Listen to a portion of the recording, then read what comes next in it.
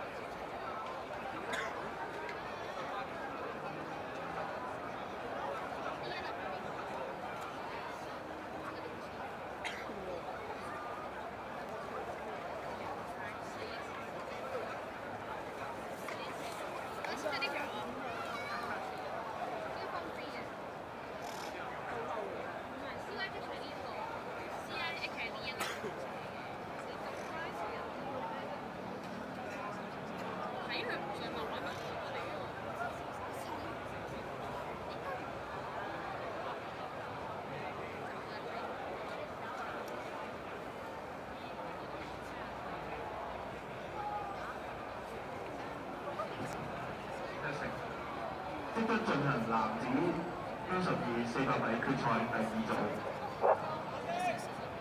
安入啊！你老母嚟！先。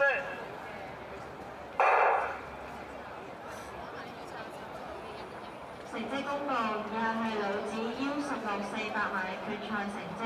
第3名葉向晴 TCAA 成績1分03秒51。第2名胡在希 GHSAC 成績1分02秒26。第1名鄭子欣 WAC 成績59秒17，破大會紀錄。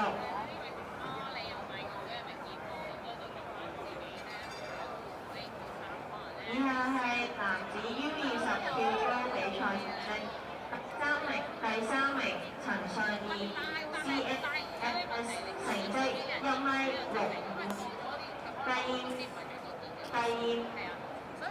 第二名梁志豪 WAC 成績1米75，第1名何浩維 WAC 成績2米04，破大會紀錄。